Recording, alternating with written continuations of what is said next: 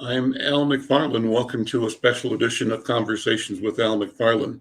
Today, as I mentioned earlier, the kickoff, the warm up for the uh, Young People's Task Force Economic Summit is getting underway over at North Community High School, and we're trying to create a connection so that we can live stream simultaneously with Al Flowers so that you can check out this conversation about young people, about economic empowerment, about political activity, consciousness that young people are bringing to the marketplace right now.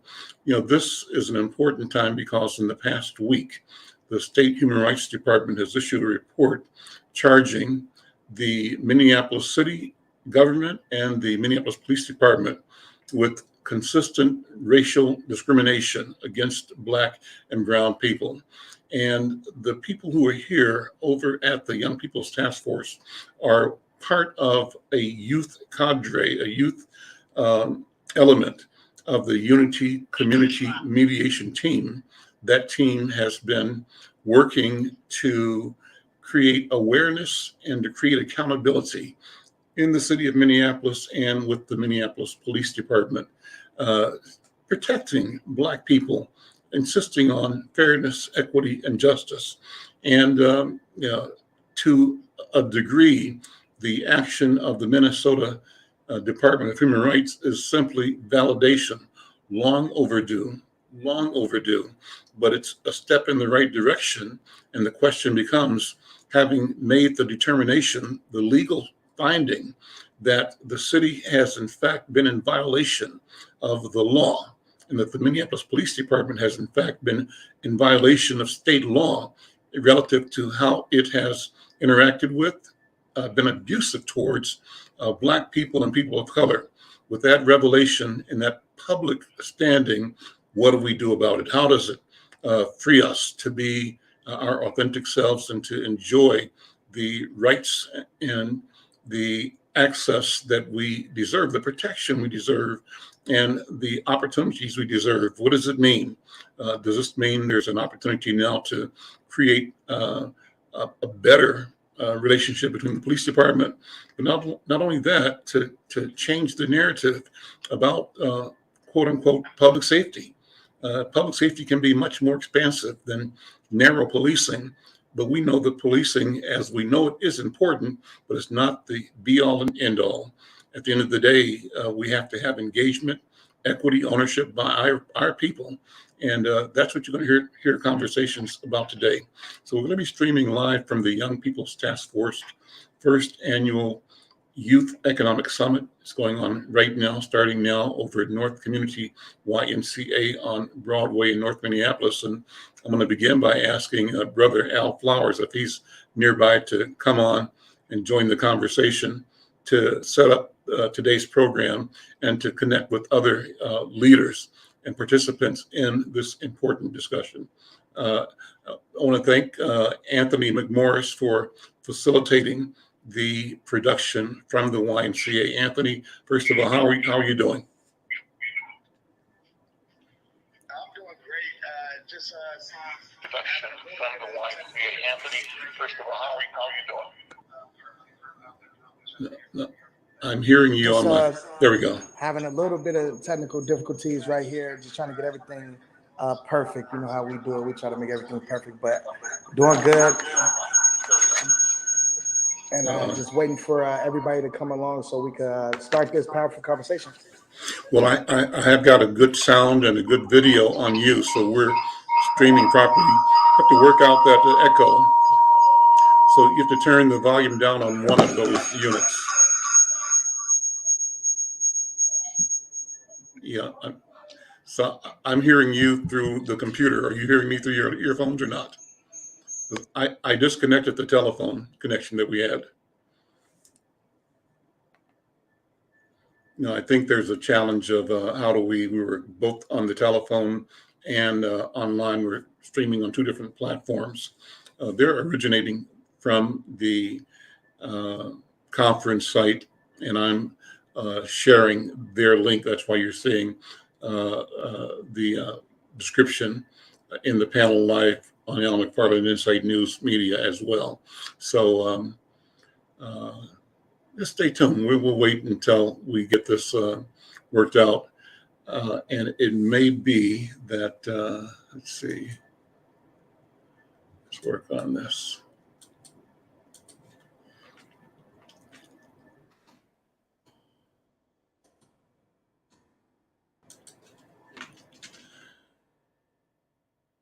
I don't know if you hear me okay yet, Tone, but I just put the link again into your chat. And so you might be able to pick up and operate on both channels at the same time.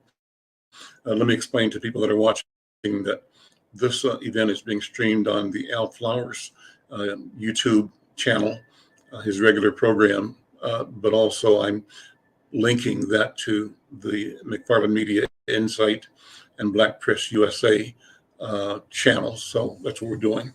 At the end of the day, it's important that we have this conversation, and as we continue, we'll get the details of the bugs worked out and continue the conversation.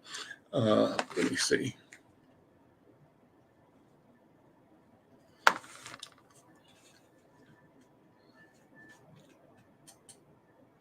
Yeah, so I have been reading a lot, and earlier this morning I talked about a book that I'm reading, and while we're waiting to get the connection proper, I want to take a minute and share again two important books that I've had. One I'm reading, the other I did an interview on, but they both are critical and they're both timely for right now. But the first one is this one called Whiteness in Plain View. And it's significant for today's conversation because it's a book created and published by the Minnesota Historical Press Society. And it's written by Chad Montree, who's a professor in the history department at the University of Massachusetts, Lowell. And I think this is such a timely document. After all, this is ground zero for the reckoning that's underway right now. Ground zero, this is where the world had a chance to see racism and brutality unmasked. The curtain pulled behind the Oz of institutional racism, all of that in the murder of George Floyd 2 years ago now. This is the anniversary coming up here in South Minneapolis. And so I always take the time to share what this book is about. I did this earlier today, but I'll do it again because I think it's important. I'll read a little more of what the liner notes on the back of the book say. This starts off by saying that Minnesota is a paradox, widely seen as a progressive stronghold of the Midwest. The state has also some of the greatest racial disparities in the nation. Those disparities have their roots in Minnesota's earliest days as a territory and in the decades that followed, from enslaved people brought to the territory by military officers to migrants traveling to the North Star State after the Civil War. African Americans. All right, sorry about that, guys. We're just waiting for Al Flowers. We have Al McFarlane actually streaming it on his social media platform. And so sorry about the technical difficulties. We actually got everything crammed in about 10 minutes. But what we're really trying to do is we're trying to spread the word about youth empowerment, youth leadership. This youth summit is the first annual youth summit. We spent about 2.5 months in preparation, talking and reaching out to all type of community leaders, state reps, activists, officers, minority officers, and trying to bring everybody together in partnership with the YMCA, Minnesota Safe Streets, Young People Task Force, and make it center around the youth. We wanted to make it center around youth. We wanted to hear their voices, their concerns, and this is all based off the youth. They wanted this to happen. They said, we want to do a roundtable. We want to talk about financial health and wellness. We want to talk about basic financial budgeting, how to fill out a job application. And I understand there's a lot of other organizations and other avenues they could go to get that, but they, you know, this is another one where they could come to and just have their voices heard. That's the main goal here, is to have the young people's voices heard. You know, they express concern as well too. You know, when it comes to police brutality, the young people is under significant suffering. When it comes to cyberbullying, right? You know, we probably didn't have to go through that as a growing up, or even our generations before us. You know, but now that's a serious thing. You know, cyberbullying. And how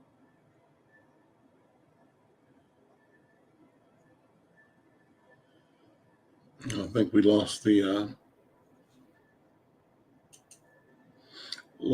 audio right now. It'll come back in a second. Or the screen is frozen. I'm trying to pick the right screen where we can share. Yeah, it's kind of locked right now.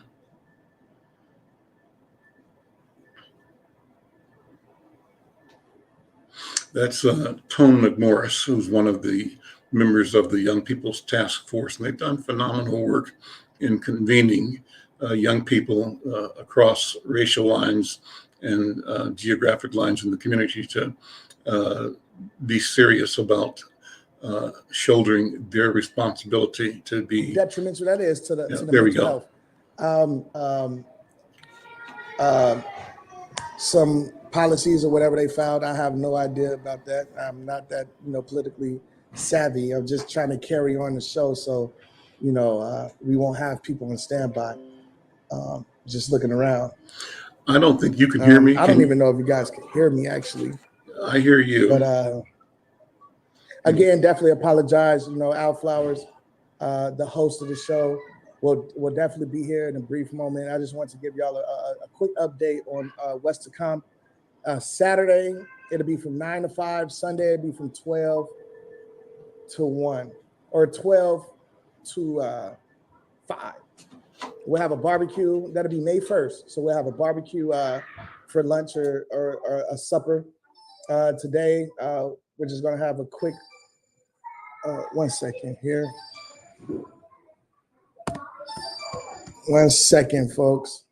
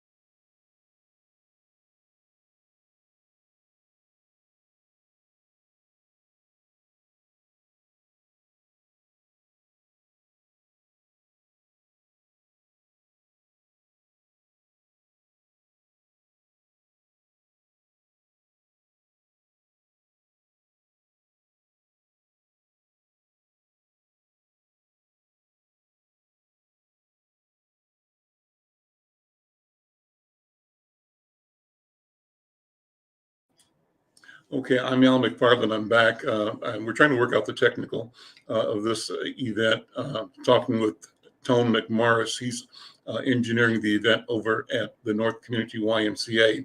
And we're trying to use a couple of different technologies here to make sure that we communicate with each other.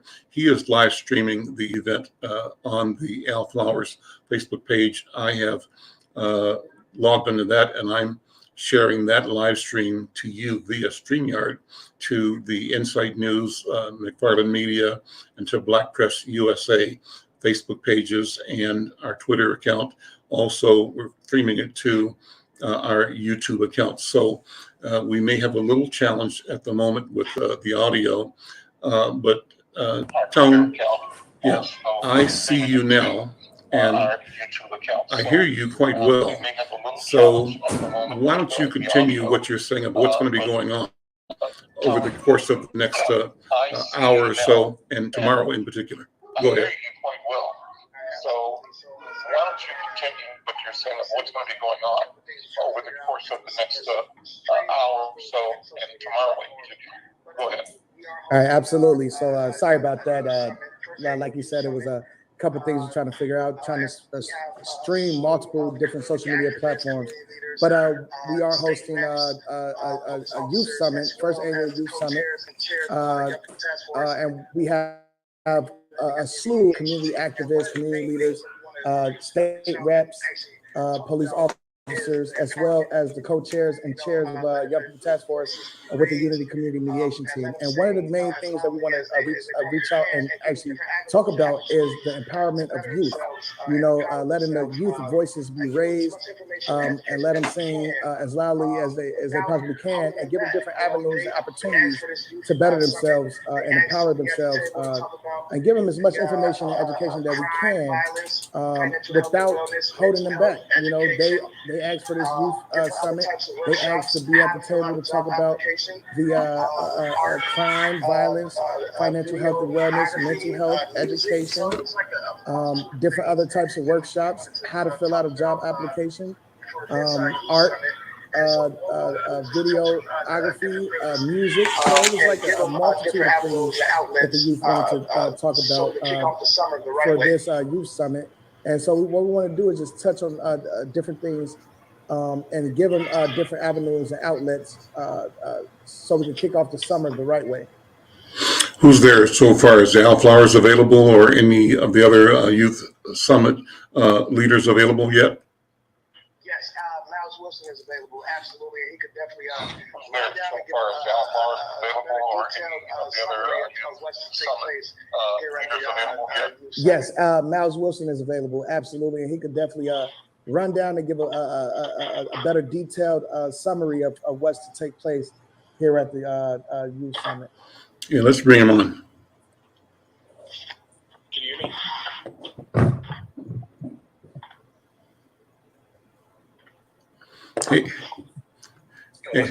Hey, Miles, how you doing, man? Can you hear me? I do. The audio is a little bit convoluted because you're listening to me through the telephone. Hey, Miles, how you doing, man? I'm well. How are you? So you're listening to me through the telephone. It's a little bit convoluted because you're listening to me through the telephone. But I'm hearing you straight live over television or over computer. So there may be a little back and forth. Don't worry about it. Yep. I've got good audio and good video for you. And we are streaming this program live through to Black Press USA, also to the Insight News Facebook page, also to Black Press USA YouTube and Insight News YouTube. Through to Black Press USA, also to the Insight News Facebook page, also to Black Press USA YouTube and Insight News YouTube. Awesome. So let's go to the why. Why is this conversation? Why is this summit important? What's the vision? What's the mission? So let's go to the why. Why is this conversation? Why is this summit important? What's the vision? What's the mission? Definitely. So the why. Why is this important for our young people? Because we'll be discussing topics such as financial literacy, career development and pathways. We'll be talking to different leaders so that our young people can see what that looks like for our people, such as Esther Agape, state representative for the North Minneapolis, Deanna Perkins, who is the director of the YMCA, PJ Hill, who is a vice chair of the NAACP Minneapolis chapter, as well as a financial analyst. And we'll have another representative from the NAACP Minneapolis chapter president as well. And so we'll be giving the young people an opportunity to see what it looks like to be in positions of power, but also talk about, what challenges do they think that they have that we can help, alleviate and kind of help bridge that gap to say, financial literacy, maybe young people don't know how to invest their money or how to, open a bank account. And we'll be talking about that. So it's all about the development of our young people and empowering them. And that's why this is important. And today, what's going to happen today? Today is kind of the organizing day, right? The what events are scheduled for today? So tonight is just a fun night for young people. today today's for organized explore the YMCA in North Minneapolis. So tonight is just a fun night for our young people.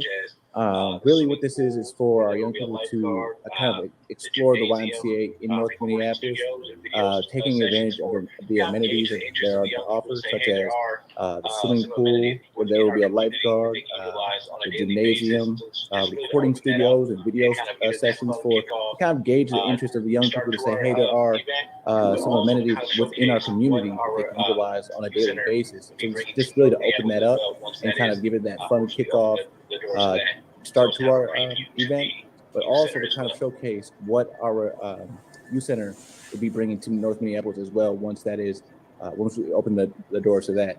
So it's kind of a preview to the youth center as well. Talk about the youth center. Yes, so the youth center is an initiative or a project that we started after servicing various communities in Minneapolis and talking to young people. Yes, so the youth center is an initiative or a project that we started after servicing various communities in Minneapolis and talking to young people. We hosted a series of community conversations which took place in about 10 different communities, and resounding answers or the resounding ideas that have come to the table were from young people were they were looking for a safe space, a youth center that was a safe space for them to go to, and that would provide different amenities such as quiet spaces or quiet sessions. Maybe they don't get that in their neighborhood when they study at home or at night, and they would like a space where they can go to where they can just be in a quiet zone, or they can get tutors. We talked about fun recreational spaces for freelance artists. Me personally, I can appreciate that just because growing up, I didn't have the space to go to and paint a mural if I wanted to, or if I wanted to learn more about graphic design, which is something I do now. I could have that space that would allow me to do so and learn more about that. But it's really a youth center that's going to be projected to be in North Minneapolis at the Willard Hay, the Gordon Center, which is called now the Gordon Center over on 16th and Penn Avenue, I believe. Mm-hmm. And so that's the area that we're targeting, and that's the area that we're looking to kind of open the ribbons for that youth center. Miles, I think it's extremely important that you are in partnership with the YMCA. That YMCA in particular has had a focus on young people, and now it's broadening its focus to be intergenerational, maybe along the lines it was when it was started, because it's creating a acknowledgement that we need to be together across generations, sharing wisdom, sharing successes, and finding a way to work through and work out challenges. And the kinds of amenities, the kinds of programs at that Y are exactly the right program and platform for us to be working together and being together. I really like what you said about having an evening where you just have some fun. Swimming, the basketball court, your recording studio, inviting young people to be together and to talk about and be about creating the world that they have to create, that we have to create for each other. So I just want to compliment you and the team. Any thoughts? What impact has the announcement this week by the State Human Rights Department meant for you all? The department leveled charges in its report, confirming that the city of Minneapolis and the Minneapolis Police Department have in fact engaged in long-term racial discrimination in their abuse of Black people and the Black community. The Minneapolis Police Department have in fact engaged in long-term racial discrimination in their abuse of Black people and the Black community. Definitely. I like to say that that's something that, if you're part of the community, part of the demographic that you've recognized, whether you're my age, from the older generations and elders, or the younger generations and the next generation up. It's something that has been felt for a long time, and for that to be confirmed, the thought that I have is that now we can kind of really dig at some solutions. I want to kind of emphasize and highlight, the partnership with the Minneapolis Police Department on our end for the Young People's Task Force has been positive in terms of wanting to work on solutions, coming up with new ideas, working on the memorandum of agreement that was initially created back in 2003 and now is being revised again. I would like to say that, with that said, I think that the findings of what happened or what's been happening really now puts an emphasis and puts an urgency on finding these solutions or coming to a solution to kind of, alleviate, some of the history or I wouldn't say erase, but I would say Address. Like I said, create new solutions for the police department itself. There's now a sense of urgency and projection to do something different. There's got to be a change, and so that's what we're working on. And again, so that partnership that we have with them has been great. But now I'm expecting, a little bit more push, a little bit more urgency to come up with these solutions. Seems to me, Miles, that young people in particular and the community in general, that we're all kind of in a double bind. On the one hand, it's appropriate and normal that we want personal and family and neighborhood safety, and therefore we want people that we pay for to provide quality, compassionate service in the area of public safety. And we also have the issue that right now, some parts of our community, young people in particular, are in a mode that is not productive, that is dangerous. And so what do we do? Because I think we don't want to demonize Black people, Black young people. We don't want to demonize even ones that are doing wrong, because we don't believe that the wrong they may be doing is their nature. It's a situation.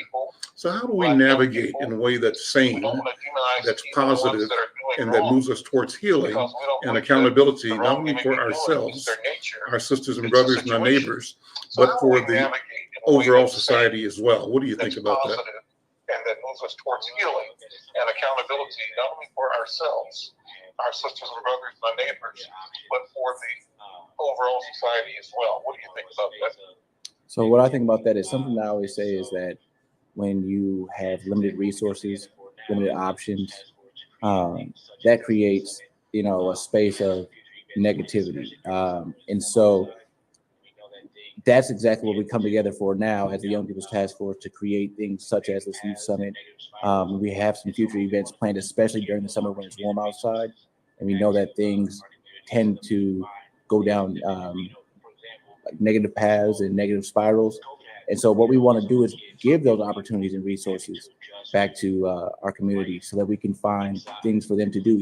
For example, when we saw COVID happen, we saw kids and young people having to adjust to life inside, completely inside. School was remote, programs weren't open, places that we would, as young people would normally go do, weren't open. And so when you have those kind of environments, you really, in a sense, create this essence for trouble. And that's what we're, trying to alleviate, create that solution to, is give back those same programs, resources, and just like we're doing tonight, opening up the Y to show, hey, you can come into the Y Monday through Friday and use these amenities all year round. So that's our goal, to kind of alleviate this our current city and community situation.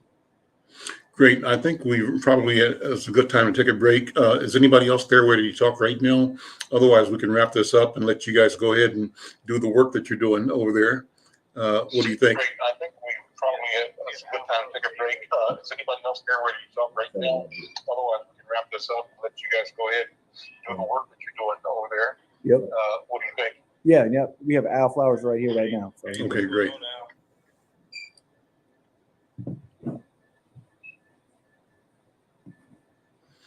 Hey, Al, how you doing, man? Hey, what's going on, Al? This is kind of a hybrid. We're trying to use two different platforms simultaneously, and we're working it out by using both the telephone. All right. And this. Trying to, Are you able to see me at all or not? Two different platforms simultaneously, and we're working it out by using both the telephone and this. Are you able to see me at all or not? no. Okay, but I'm seeing No, you, and I can't see you, but I can hear you clearly. that's great. Well, we're able to stream you and me live on our channel, on our platform, so that's good. Okay. So what I want to do is just take the next 15 minutes before we close this part out and just get more conversation from you on the importance of this, why it's necessary to have this conference, and what kind of expectations do you have as outcomes of this event? The importance of this, why it's necessary to have this conference, and what kind of expectations do you have as outcomes of this event? Well, thank you, Al, and thank you, Inside News, for always continuing to cover the news in our community. It's important, it's about developing relationships, and this relationship that we started with the Y, and opening up the space people is very important, and that's what we're trying to do here today. Today is just a kickoff, and kids could come to the Y if they want. And swim and play and eat lunch and do things what the Y generally do for younger kids. And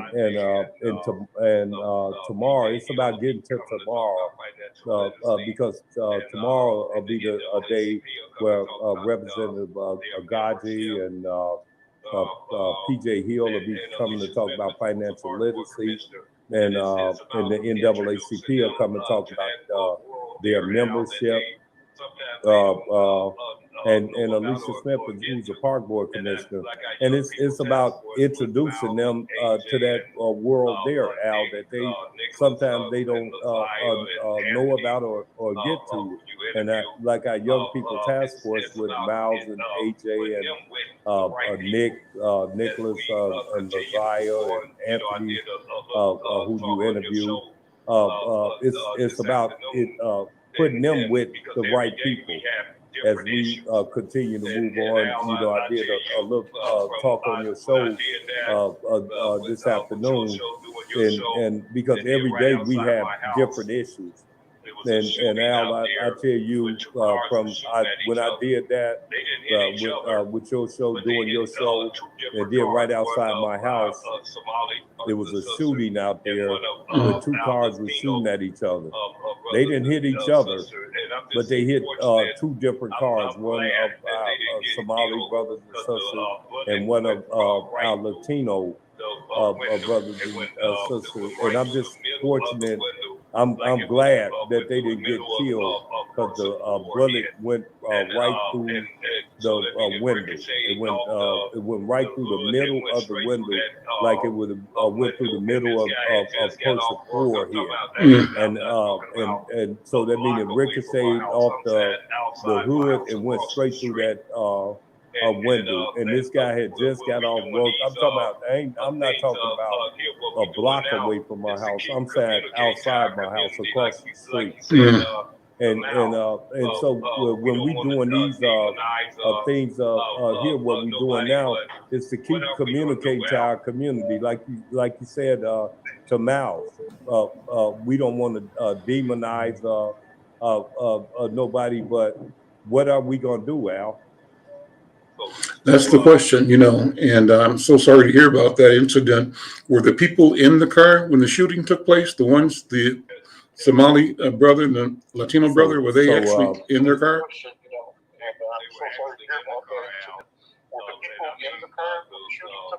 Yes, yeah. They were actually in the car, Al, And I mean, the one window was shot out of the Somali member's car, and he had 5 people in the car. He had 5, and they shot out the side door window. I don't know how they survived. Didn't get hit. And nobody got hit. That was God. And then, like I said, the Latino, he got damage to his hood and his windshield. A bullet hole straight through it, and they shot his tire out. Now they weren't shooting at them, but that's what happened. Man, that's just And that's what we're dealing with right now. So it was, and I actually called law enforcement. I called them because it took them quite a while to get there. And then when I talked, there's just not enough police officers in the city right now to cover this what's going on, because we're down to like 200 cops from 800 or 800, really 600. That's the last count was 650, and now we're down to 2-something. And Really? And the way things are going now with the human rights finding. And so people got feelings. The police got feelings too, and it's very dangerous for our community right now. But not just for ours, but for everybody, and that's what we're finding out. Well, Al, let you go ahead and get back to the conference today. I'm wishing you all a very successful youth conference. I want to make sure that sometime tomorrow we connect with the presentations by Representative Agbaje and members of the Unity Community Mediation Team and others that are there. So let's hook up later on today and keep this conversation going. And members of Unity Community Mediation Team and others that are there. So let's hook up later on today and keep this conversation going. And I thank you, Al, for helping us do the kickoff. I call it the kickoff with communication, and just being out there and telling people to come and join us tomorrow from 10 to 5 at the Northside YMCA, and bring your kids. It'll be activities for kids, but we have to come together and do something. And then on Sunday, we'll have a teamwork here, because one of the things we want to do during these couple of days, this is their first time doing something like this, but we want kids to work. And they're paying them $15 an hour this summer. So who's ever listening, and you got kids that want to work and try to stay away from the craziness, we want to get them to work. And we want to be security for them. We have to be the security and say, let our kids work. They don't deserve what's happening. And we got to fix it, and we got to straighten it out. So this is just a start. This is a start here. And we're going to get it right, and we're going to do it right. And thank you, Al, and thanks for sending the photographer over to make sure he get, because it's a day that we will treasure for a long time. And Al, before you cut off the interview, I got Ron here from the YMCA, and he's going to be a big part of our communication in the future. And I'd like you to ask him what he's thinking, because he works with a lot of young kids. We have on Tuesday and Thursday, we got a lot of youth group that he's working with, and we sure want the Y to say something, because they are a partner in this endeavor. And shout out to the CEO, Glenn Gunderson, who's did anything we asked for, he makes sure we got it. And also over here, where we at Northside, Deanna and Ron seem like to be the one always in the community trying to make something good happen. So I wouldn't want to shut this part down without him saying something from the let's continue to work with us, and I'll get in touch with you later, so we'll be ready to get going tomorrow. Listen, let's do this. I would like you to leave your live stream going on your Facebook page, but turn the phone off. I'll turn my phone off, and you use your phone to dial into the StreamYard link that I sent you. And then I'll talk to Ron through your phone. He can be sitting in front of your feed as well. So can you, I'm gonna read something for a few minutes. I was reading it before we got on, reading more of this book. You can't see it. I'm gonna read more about that. And then while I'm doing that, you sign off and take your phone and sign on to the StreamYard link and give Ron that. I'll have him brought into my studio that way. While I'm doing that, you sign off and take your phone and sign on to the StreamYard link and give Ron that. I'll have him brought into my studio that way. On my phone? Yep. Yep. And I'll see him when he comes on. That'll be great. And I'll keep the stream going for your audio. Anthony's gonna do it right now, Al.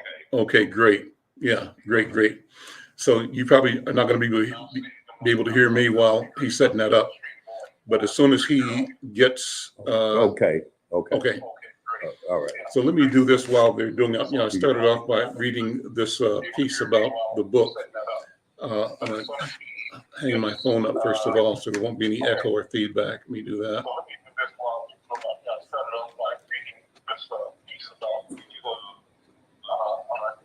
You got it, though? So I'm hearing and monitoring Al Flowers. Yeah, we can, you hung it up? No, you said go to the StreamYard. So while he's doing that, Ron. I'm going to mute him here. How do I do this? No. So I've muted them for the moment, but I'm going to do this while I'm reading this. And we'll bring them in a couple of seconds when they get situated over there. So I was reading this book, the cover on this book that's important. And the book says, Minnesota is a paradox. Let me ask them to close. I'll stop sharing that link. Let's see. There we go.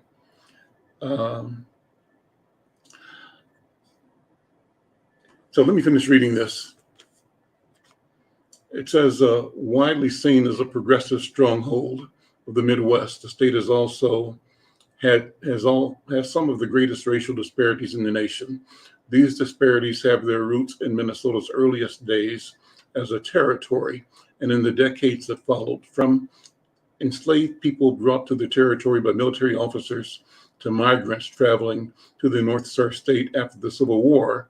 African Americans have long been present in Minnesota's history. Yet, while many came here looking to establish new lives, they were often met with white resistance and attempts to exclude them. Efforts to maintain the supremacy of white interests over those of Black residents can be found in towns, cities, and suburbs throughout the state. Whiteness in Plain View examines the ways white residents across Minnesota acted to intimidate, control, remove, and keep out African Americans over the course of the 19th and 20th centuries. Their methods ranged from anonymous threats, vandalism, and mob violence to restrictive housing covenants, realtor deceit, and mortgage discrimination, and they were aided by local, state, and federal government agencies, as well as openly complicit public officials. What they did was not an anomaly or aberration in some particular place or passing moment, but rather common and continuous. Chapter by chapter, the book shows that Minnesota's overwhelming whiteness is neither accidental nor incidental, and that racial exclusion's legacy is very much woven into the state's contemporary politics, economy, and culture. So that's a good thing. I want you all to catch that. Now, they're trying to get our connection back over at the YMCA. I am reading them. I have to do a share here. Share screen. Okay, they are there, I think.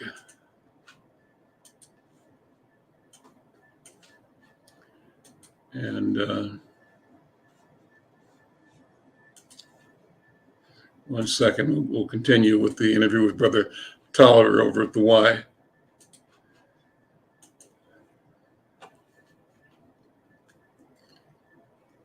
And let me share the screen right now until we get in directly in our studio. I think you'll be able to hear him. Yeah, but it's still, the audio isn't there. He's not hearing me yet. Brother Tolliver, do you hear me? Okay.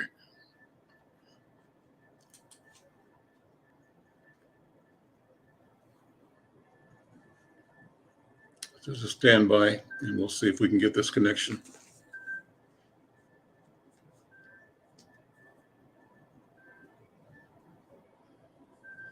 I'm going to go on mute for a second here.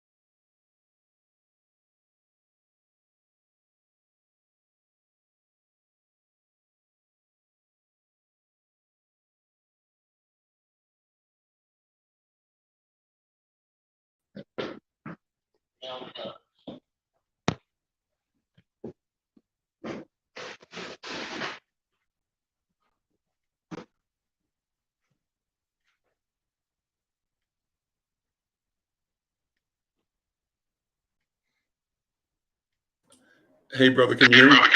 Yes, sir. Okay, I don't know if can you see me too or not? Where am I looking at this? All right. That should be, I can see now.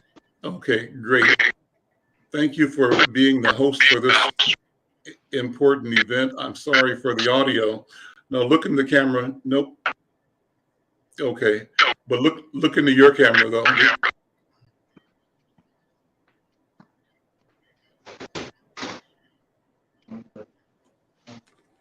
There you go. That's it. That's it. So talk about the YMCA, all the things you guys are doing up there now. I've been here since November. New youth program manager here at the Harold Moselle North Community YMCA. We're doing a plethora of things, from products, kids, music, and graphic design.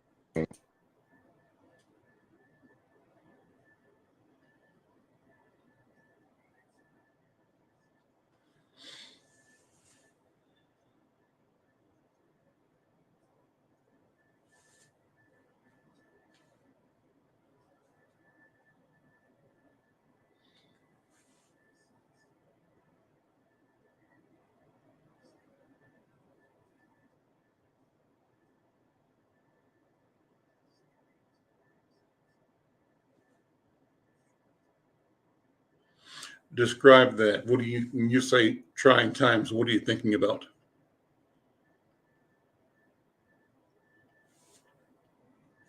Did you hear me? You didn't hear me. Hold on, me.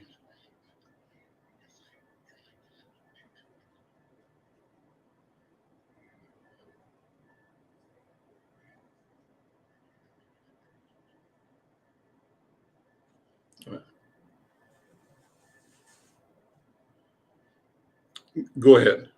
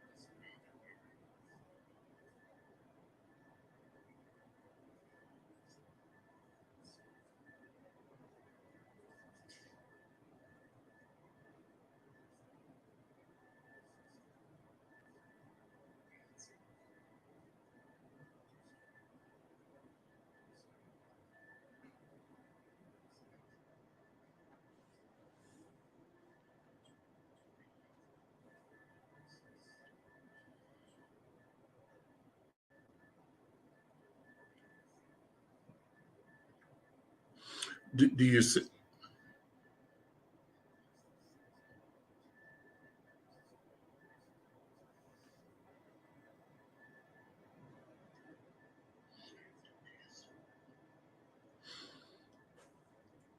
are you hopeful? What is the path to healing and restoration from your point of view? How do you see us getting to where we're supposed to be as families, as community, as a culture?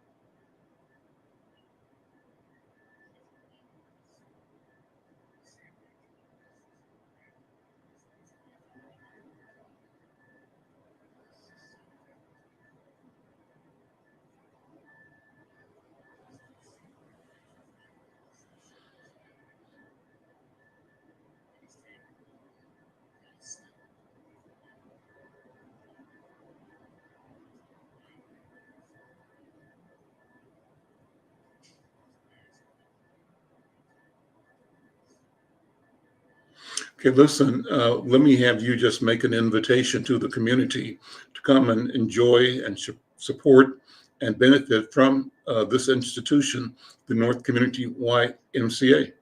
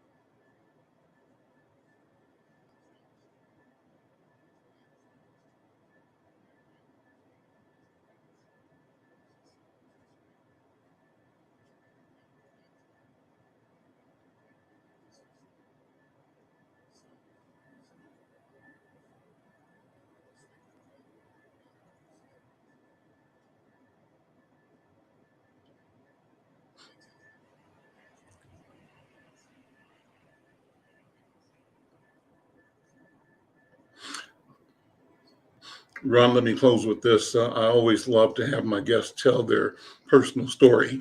And and so take a minute and close out by talking about Ron Tolliver and how you came to be in the position you're in as a champion and an advocate and a leader in the YMCA.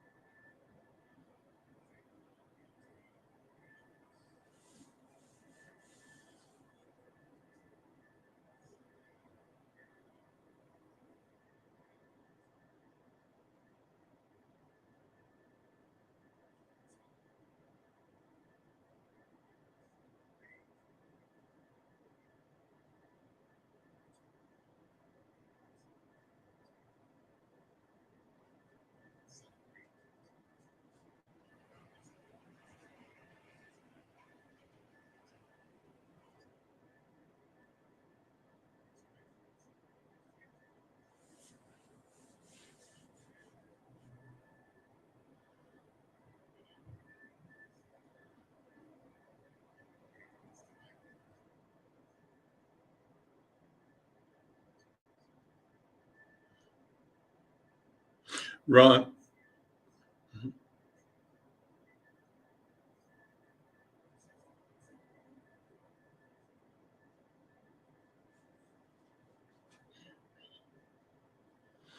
Thank you, brother. Thank you for taking the time. Thank you for your leadership and your service. We're going to continue this conversation tomorrow and tell everybody there that we are proud of them for what they're doing, and we will connect and from time to time tomorrow go live to bring and extend this wonderful conversation to the many over our social media platforms.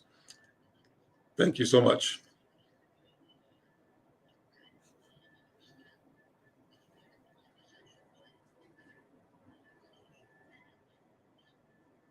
Thank you, man. Take care. Bye-bye. Go ahead. Yeah. Yes, go ahead, Al. Go ahead. I hear you.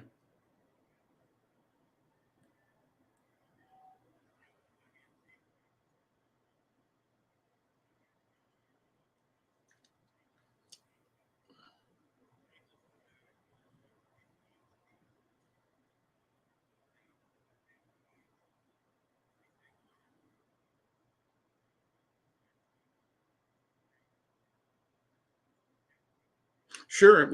Oh, yeah, absolutely. Yeah. Let's do it. Let's do it. And bring Nick in. I'm going to try to switch cameras too. I'm not sure how to do this.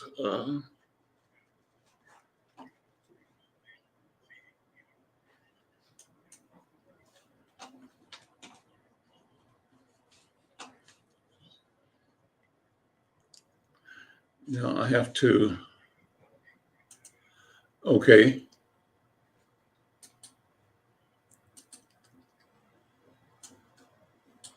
Hey, Nick, how you doing? Actually, I'm doing this a little bit differently from before. And I'll see if you're muted. Do you hear me, y'all, Nick? Can you hear me? Okay, and I'm not hearing you because I'm trying to, well, I know why. Hold on. I'm trying to actually do this part through the StreamYard. So, and what you can do is turn the volume. Well, are you hearing a double voice or not? I do. Yeah. I'm trying to talk to you directly through my StreamYard as opposed to through the other feed. Okay. You're just hearing one? Yes. Okay. Listen, thank you for being here. Just go ahead and talk about what your expectations are for the work that you all are doing with the Youth Task Force. I would say our expectations are reducing the violence in Minneapolis, definitely getting some transformation within the Minneapolis Police Department. And then I would also say just bringing the community back together and making things more safe in the community. What are the challenges? Right now, I mean, I would say one of our biggest challenges is just getting everybody involved. And I would say another one of our challenges is just really our number one challenge, I would say, is getting the community involved for change in it. I told Al Flowers and others this morning in my program that I had a conversation with one of my daughters who works up at North Point. And she was saying how North Point instituted a security arrangement where they hired a Black company to have some young brothers escort anybody that's a customer at North Point from their job to the parking lot, to the parking ramp, or if customers were coming and parking, where they could see them, they'd go out and meet them, open the door, and escort them back to their car. And this was particularly useful when it was dark.